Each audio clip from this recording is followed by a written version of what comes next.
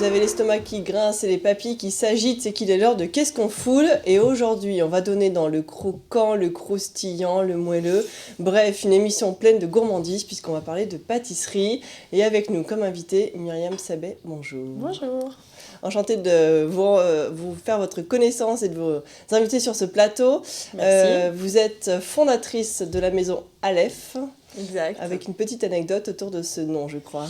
Oui, Aleph, c'est la première lettre de l'alphabet. J'avais trouvé que pour un début, c'était un joli nom. Avec un clin d'œil à ma ville d'origine qui est Alep. Et pour un début, c'était un nom qui m'avait plu. Et on parle de quel alphabet du coup ? Alors, on parle de l'alphabet et hébreu et arabe, qui ont la même lettre, première lettre commune, l'alpha. Ouais, moi je disais Alep, à cause de la ville, mais en fait c'est Alep. Voilà. Mais Maintenant on le sait. C'est un joli coup de cœur en tout cas. Petit clin d'œil. Petit clin d'œil. On va faire une petite courte pause et puis on va partir dans le monde des pâtissiers. Juste Isabelle pour nous dire un petit peu de quoi on va parler. Alors, on a sélectionné des pâtisseries assez différentes parce qu'on a quand même noté qu'il y avait un vrai retour à la pâtisserie, une tendance actuelle là-dessus. Il y a plein de pâtisseries qui s'ouvrent sans arrêt et le pâtissier est un peu la nouvelle rockstar. On les voit, ils sont sexy, ils sont jeunes, ils ont des pâtisseries avec des concepts assez chouettes. Elles sont parfois aussi belles et jeunes. On a la démonstration sur le plateau. Et donc, on voit qu'il y a une tendance autour de ces pâtissiers charmants. Donc, on va aller à la rencontre de Cédric Grolet, qui est au Meurice, là, c'est un palace, de Yann Mengui, qui est à la Goutte d'Or. On change complètement de quartier, complètement de style. On va aussi découvrir Yann Couvreur. Là, c'est, je crois, le plus sexy. C'est un petit peu mon petit coup de cœur. Et puis, la pâtisserie Bon Temps. C'est parti pour une demi-heure de Qu'est-ce qu'on food ?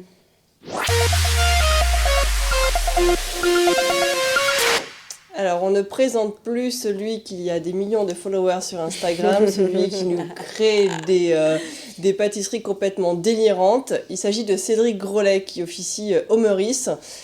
Et beau gosse en vue, attention. Exactement, et qui en plus est devenu en quelques années, quelques mois, un phénomène extraordinaire. C'était hallucinant. L'autre jour, il faisait une dédicace devant la boutique Food Pâtisserie.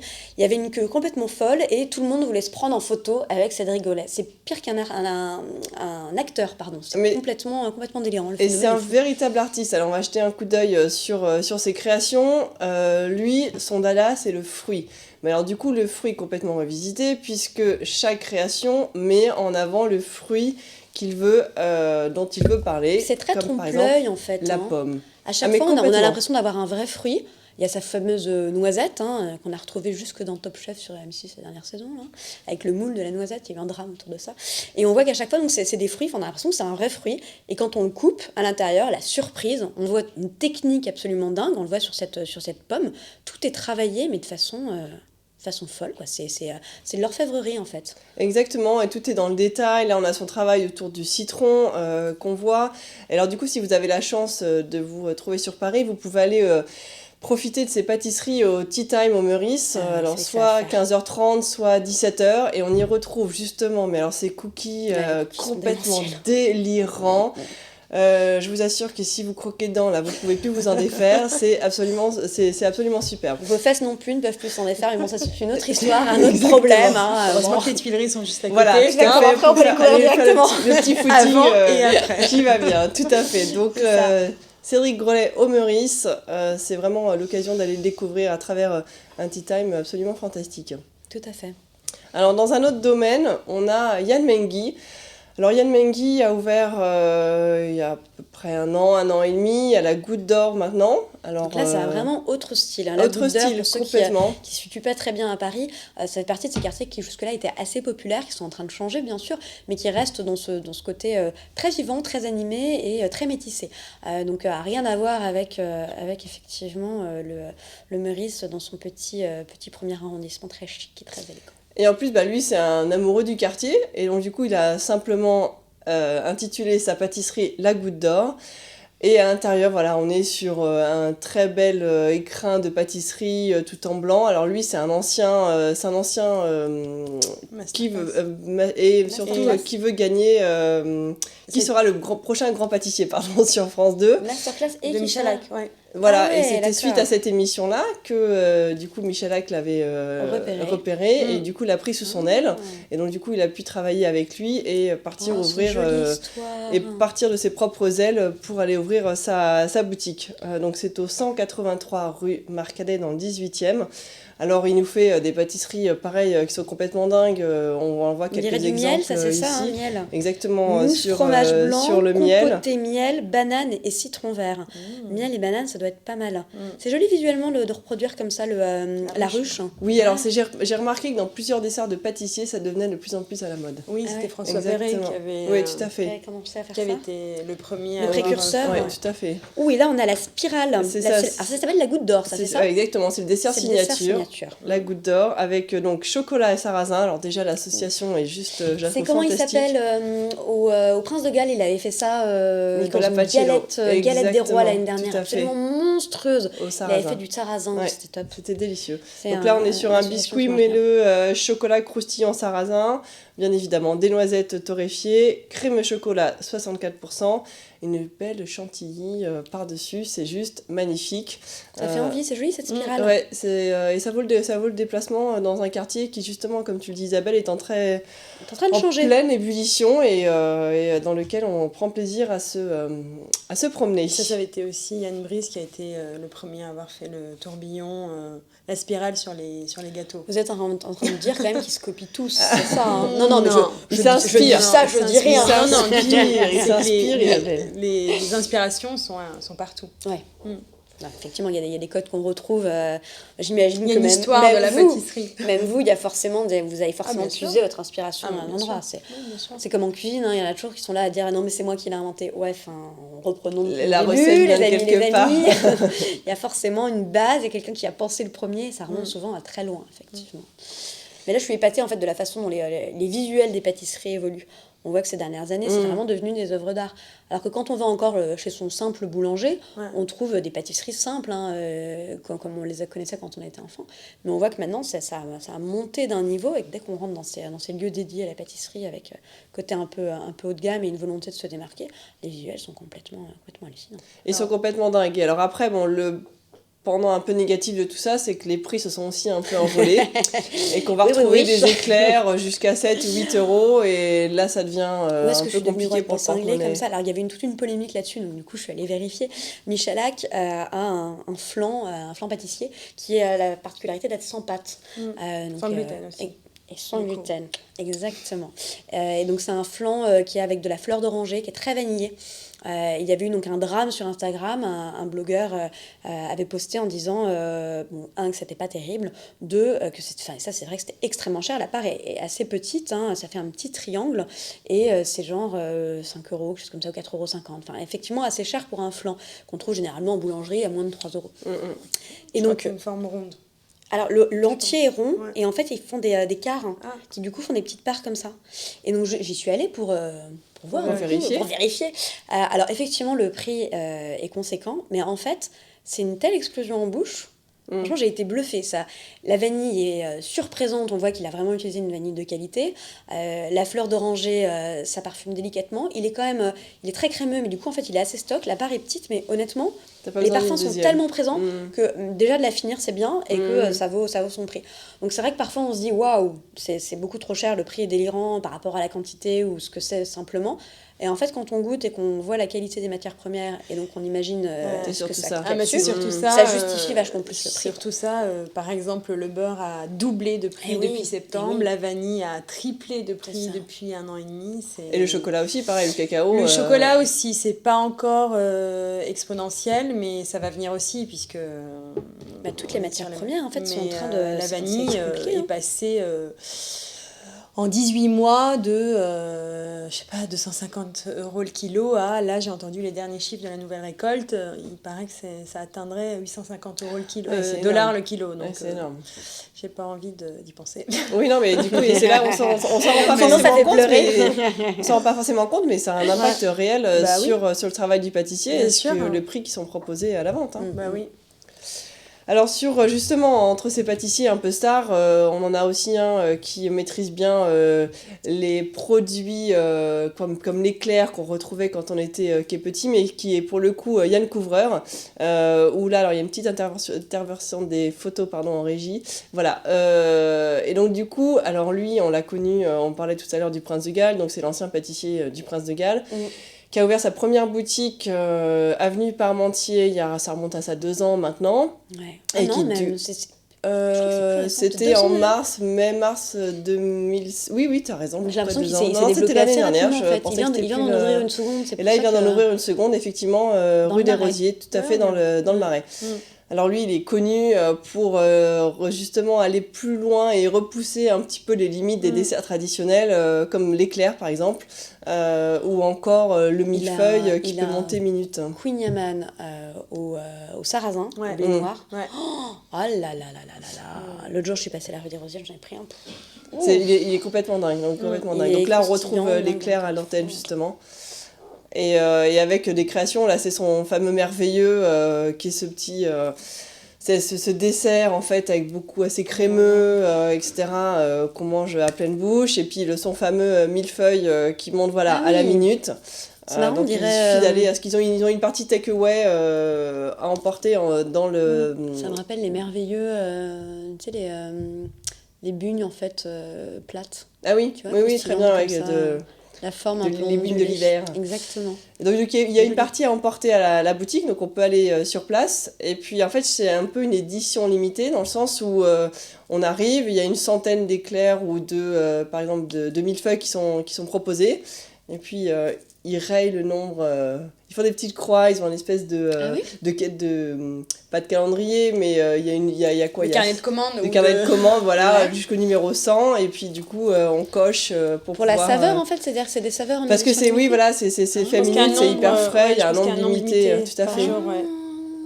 Donc on sait qu'on déguste le numéro 22 Exactement. de l'éclair saveur, c'est marrant ça. Du 22 septembre. Du Voilà. millefeuille, oui, c'est ça. Ok, enfin d'accord, très bien, c'est original, c'est bien, ça donne un côté effectivement exclusivité. Tout à fait. Pourquoi pas. Alors moi j'ai un autre coup de cœur aussi que je voulais partager avec vous, qui est la pâtisserie Bontemps. Qui a ouvert il y a 2 ans. Alors je l'ai découvert il n'y a pas si longtemps que ça, on n'arrêtait pas de m'en parler en disant qu'il faut absolument que tu y ailles, donc j'y suis allée. Et je trouve, elles ont un travail, elles se sont spécialisées en fait sur le sablé, qui est juste complètement dingue. J'aime beaucoup le sablé. Alors je vous ai apporté quelques échantillons. C'est-à-dire qu'elles ont vraiment travaillé. Alors c'est Fiona qui tient la boutique, c'est toute une histoire familiale. Comme vous Myriam, elle vient du monde de la finance également.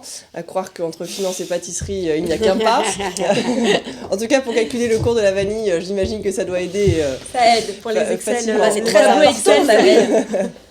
Et donc du coup là on se retrouve avec leur petite création, donc c'est des boîtes de 9 et boîtes de 15-16 si je ne m'abuse. C'est très délicat. Et voilà, et qu'on peut emporter chez soi.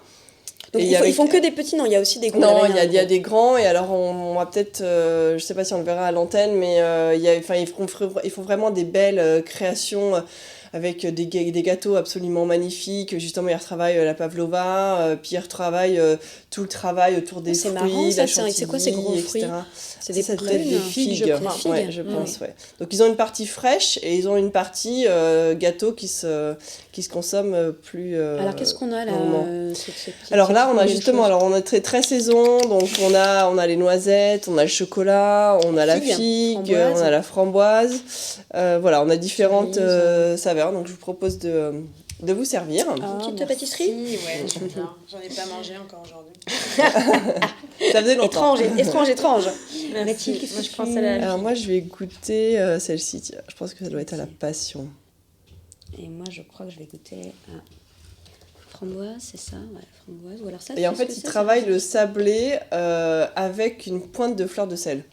Et ce qui rend aussi ce côté très très gourmand. C'est très délicat. Petite bouchée.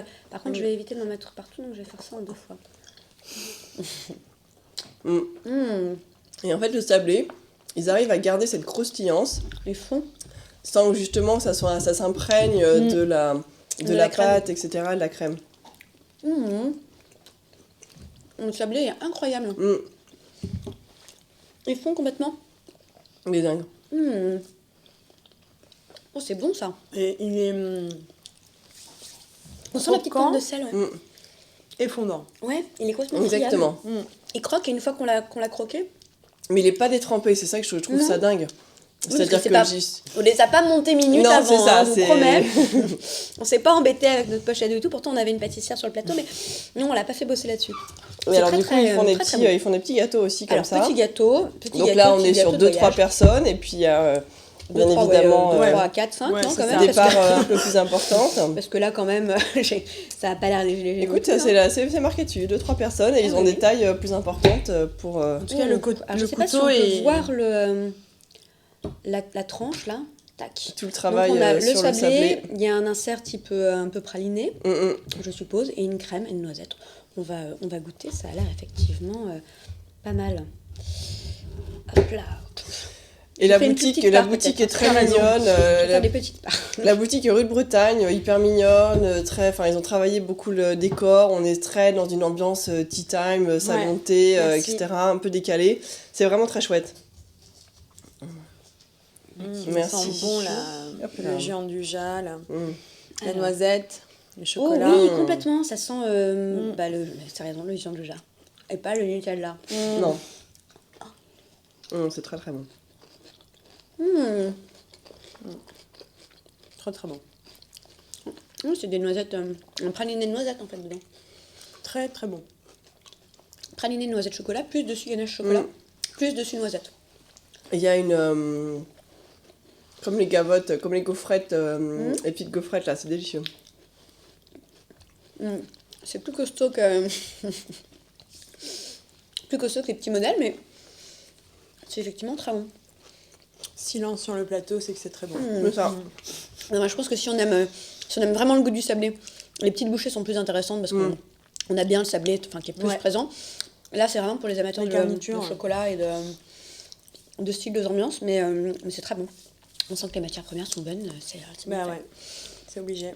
Voilà, en tout cas, pour peut-être des petites découvertes de la semaine, mais je propose que on fasse une courte pause et on rentre dans le vif du sujet avec Myriam. À tout de suite. Ouais, c'est costaud. C'est bon. C'est bon, mais c'est costaud. Alors, on part du côté de la pâtisserie Léventine. C'est comme ça qu'on dit. Exact, ouais. Voilà. Léventine. Donc le Alors, Levantine, racontez-nous. le Levant, c'est cette région du monde, c'est ce terme un peu romanesque, romantique, qui évoque le Liban, la Syrie, Israël, l'Irak, la Jordanie, la Palestine, même un petit peu la Turquie. Et donc ces pays ont quand même en commun une certaine gastronomie due au passé de cette région, qui est une région qui se situe sur le chemin de la route des épices, tout à de fait. la soie, qui était quand même une des dernières escales avant d'arriver en Europe. Et j'ai eu envie, en fait, tout simplement, il y a quelques années, pour emmener en vacances chez des amis, au lieu de prendre la traditionnelle bouteille de champagne, la boîte de chocolat, de prendre des pâtisseries. Moi, je suis née à Alep, en Syrie, et j'avais envie de prendre un peu des pâtisseries plus locales à mes amis. J'ai fait le tour de Paris. Pas trop. Pas bien, en fait. J'ai y a pas d'offre, aimé. C'est ça. Si, il y a quand même Il quelques... y a, mais j'ai pas aimé, en comment fait. ça s'appelle, Noura. C'est le genre de pâtisserie un peu... En fait, ça ne me satisfaisait Le goût personnel satisfaisait était pas, au niveau du style, c'est Donc, c'est j'ai quand même comparable, pris- c'est la même ADN ou même pas? Si, c'est tout voilà, à fait le même ok. ADN. Tu as tout à Ça fait va. raison, c'est le même ADN. Et qu'est-ce qu'il y a d'autre aussi? Comment ça s'appelle? À la maison de... J'ai le nom en tête, mais ça me sort pas. Maison de là. là, je sais plus On qui ressent c'est. pas. Au l'Institut du monde arabe. Il n'y a pas une pâtisserie aussi en haut? C'est toujours Noura, je C'est pense. toujours Nora? Mhm. D'accord, ok. Je pensais que c'était une autre. Et voilà, ça m'allait pas. J'ai quand même pris avec moi, puisque j'avais déjà parlé à mes amis d'amener. Donc, Non, je m'étais engagée, il fallait que je le fasse jusqu'au bout.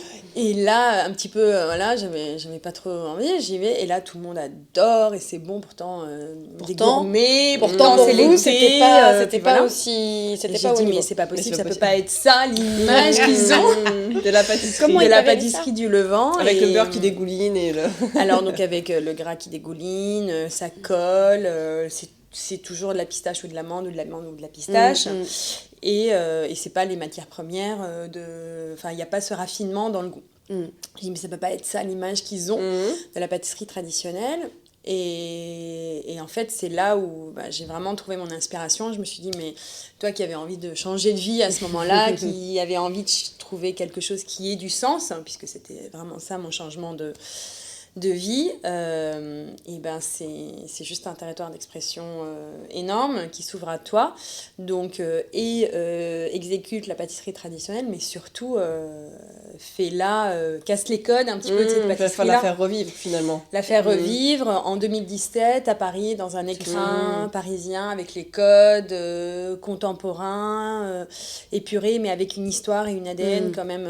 Autant dans notre packaging, on reprend le motif des sols. Peut-être justement qu'on peut retrouver. Mais alors, vous étiez déjà pâtissière ou pas du tout? Alors, non, à partir du moment où j'ai eu cette idée, je me suis dit que c'était... un CAP pâtisserie. Ouais, j'ai passé un CAP pâtisserie. Voilà, je vous donne.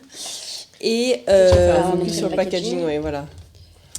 Donc on a voulu à chaque fois réinterpréter un patrimoine qui soit culinaire, gastronomique, architectural, mais de le faire revivre à Paris en 2017 dans un écrin où on va à l'essentiel. Donc on va à la lèvre qui est l'origine.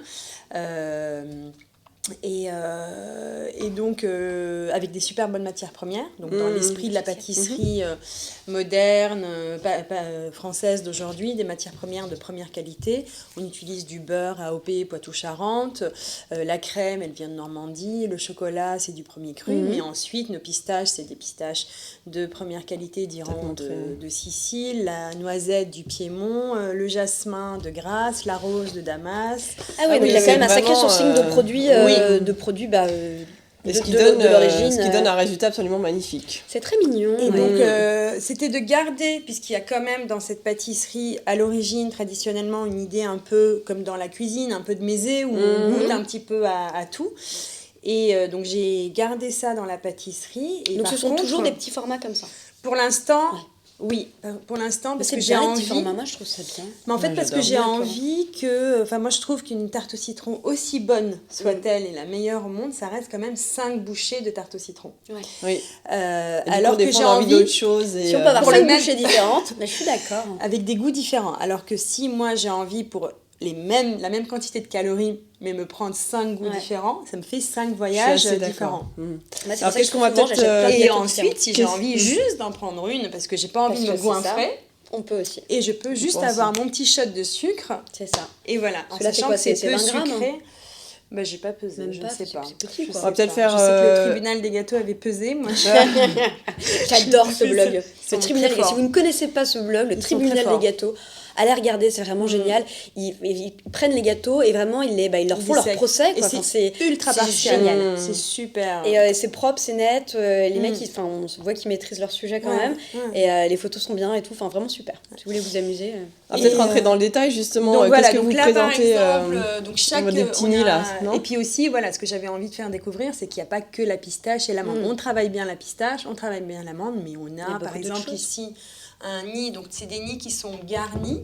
Par exemple, celui-ci, ceux qui sont, donc on a des nids pâtissiers et des nids de voyage. Les nids sont une base de cadaèvre, donc c'est cheveux d'ange qu'on cuit dans un beurre AOP et ensuite qu'on caramélise mais au compte-gouttes parce qu'on voulait justement pas être trop sucré ni trop gras. Et donc il y a ce qu'il faut de sucre pour que ça caramélise, mais c'est pas dans l'excès. Et c'est garni d'un fruit, d'un chocolat ou d'un caramel et c'est surmonté d'une crème fouettée qui est infusée pendant 24 heures sans colorant. Vous avez remarqué que la couleur, on l'apporte par les éléments de décoration. Oui, bien sûr.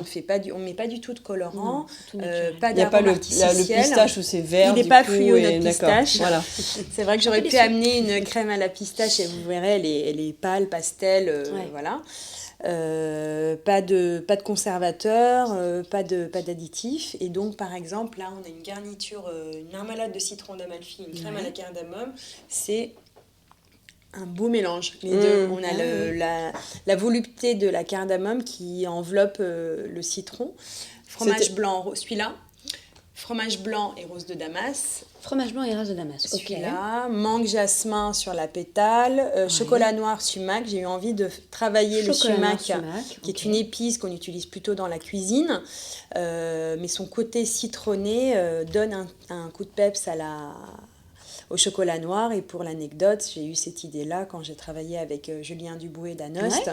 en faisant des nids spéciales Anost au piment d'Espelette. Et je me suis dit, D'accord. bah tiens, on peut faire justement partir un nid, aussi sur, des épices un petit peu pimentées ou acidulées. Et vous faites aussi du coup des barres chocolatées. chocolatées. Donc là, une Peut-être les chocolat montrer, noir avec de la bigarade confite. Donc la bigarade étant l'orange amère confite et des pistaches. Et la chocolat au lait, c'est noisettes et abricots et un petit peu de cédra. On travaille aussi là la halva, donc le sésame. J'ai eu envie aussi de travailler l'ara, qui est une eau de vie à l'anis. Pour une première fois dans une pâtisserie, c'est peut-être pas la référence la plus gourmande, mais Je vais goûter la barre. c'était ce que je m'offrais moi comme plaisir de travailler des nouvelles saveurs, des nouvelles matières. Mais en revanche, c'est super mignon. Enfin, le travail autour du nid est juste fantastique. Je sais pas si on le voit Elles sont bien toutes là, faites l'antenne, à la mais, main, une à une. C'est un Alors, petit tac. travail d'orfèvre où tous les, enfin, C'est très délicat. Mm. Mathilde, en toute de goûter modestie, Merci. mais on les façonne une à une à la main.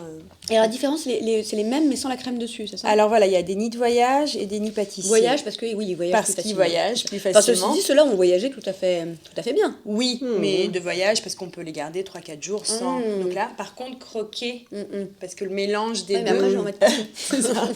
Vous Et pouvez du coup, commencer il y a à la fin. manger la crème. Il y a la fin du nid là, mais c'est vrai que c'est magnifique. Hein. Mm. Et puis alors du coup, il n'y a pas ce côté gras, il n'y a pas ce côté Non. sucré, c'est fantastique. Non, mais c'est Ah non, quand c'est je vous dis, vachement moins gras. Mm. on met la quantité suffisamment nécessaire de beurre et de sucre pour que ça cuise, que ça soit gourmand et que ça caramélise, mais sans l'excès. On veut dire que d'habitude, ils en mettent trop dans les péoriens.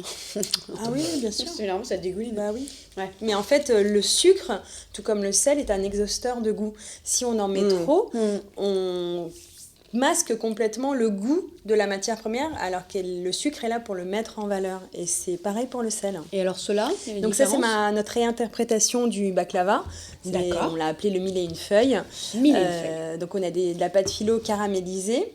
Ok. Et à l'intérieur, au lieu d'avoir juste des pistaches brutes, qu'on fait aussi, hein, on fait la pâte Non, celui-là, j'ai des du baklava sésame. traditionnels. Là, c'est sésame.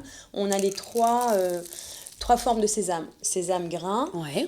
pâte de sésame sucrée, donc le halva, et la crème de sésame qui s'appelle le tahini. On a les trois Très bien. textures. Et Moi, j'ai la là-bas, crème c'est de une sésame. pistache, pâte de pistache et poudre de pistache. Bah, bravo en tout cas pour que tout c'est ça. bon. On arrive à la fin de l'émission, donc c'est Où est-ce s'est qu'on peut régalé, acheter en ces tout cas. délices? Alors, L'adresse ces produits, tout comme nos boissons aussi, glaces et barres chocolatées, sont au 20 rue de la Verrerie, à la sortie du BHV. Eh ben, Bah, très ça bien, bah, change. bravo en Merci tout d'avoir cas. invité. Merci pour Vous tout. allez redécouvrir la pâtisserie orientale, ça n'a rien à voir. Qu'est-ce que c'est bon? Ouais. C'est beaucoup plus fin. Délicieux en tout cas, bravo. Et on a le plaisir de vous retrouver la semaine prochaine pour de nouvelles aventures culinaires.